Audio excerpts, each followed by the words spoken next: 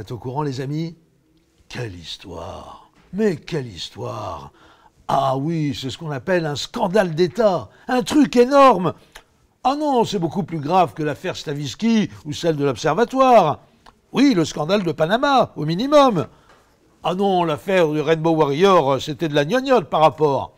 Oh là là là là là là là là. Je ne sais pas si la République s'en remettra, ça m'étonnerait, hein. C'est tellement énorme comme scandale, hein. Mais non, pas Rémi Fraisse, c'est terminé ça. Enfin, on va pas faire 15 jours sur un fait divers.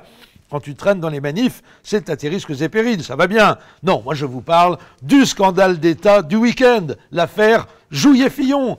Jean-Pierre Jouyet, le secrétaire général de l'Élysée et meilleur ami du président de la République, a menti à la France. Oui, monsieur, à la France.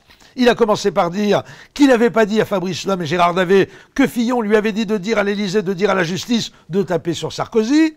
Et quelques heures plus tard, il a dit le contraire après que Fabrice Lhomme et Gérard Davet aient dit à tout le monde qu'ils disposaient d'un enregistrement de Jean-Pierre Jouyet en train de leur dire ce qu'il niait leur avoir dit. En l'occurrence, ce que Fillon lui avait dit de dire. Fillon qui porte plainte contre tout le monde en expliquant qu'il n'a rien dit à personne.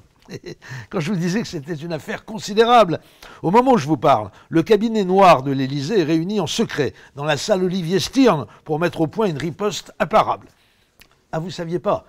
Ah, vous ne lisez pas Valeurs Actuelles? Il y a un cabinet noir à l'Élysée, bien sûr, que des spécialistes des coups tordus, super performants, quand il s'agit de mettre au point les scénarios les plus vicieux destinés à détruire la réputation des représentants de l'opposition républicaine. Il y a Stéphane Fuchs et Alain Bauer, bien sûr, Harlem Désir, Brice Lalonde, les faux époux Thurange, Jean-Christophe Mitterrand, Dédé la Sardine, Philippe de Dieuleveux et Xavier Dupont de Ligonnès. Non, c'est vraiment une officine secrète redoutable.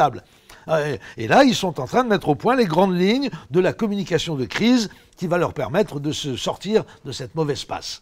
Pour l'instant, il y a 2 scénarios riposte qui sont à l'examen. Le premier, c'est Stéphane Fuchs qui en a eu l'idée. Il faut dire qu'il est fort, Fuchs. Hein. Alors, l'idée, c'est que Jean-Pierre Jouyet explique qu'il n'a jamais rencontré les 2 journalistes du Monde et que ces derniers se sont fait piéger dans le cadre d'une nouvelle émission de télé-réalité dans laquelle des Français ordinaires se font passer pour des personnalités politiques. Moyennant quoi, Fabrice Lhomme et Gérard Davet croyaient recueillir les confidences de Jean-Pierre Jouyet, alors que pas du tout. C'était un Français moyen, habilement grimé en Jean-Pierre Jouyet, qui leur faisait face. En fait, il participait à une caméra cachée, laquelle est tombée en panne. Ce qui explique qu'on n'ait pas les images. Bah oui, c'est obligé. Hein. Pas mal comme scénar, non? L'autre idée, c'est Alain Bauer qui l'a proposée. Il est très fort aussi, Bauer. Hein. Elle consisterait à expliquer que si Jean-Pierre Jouyet a effectivement mis en cause François Fillon, c'est sous la contrainte.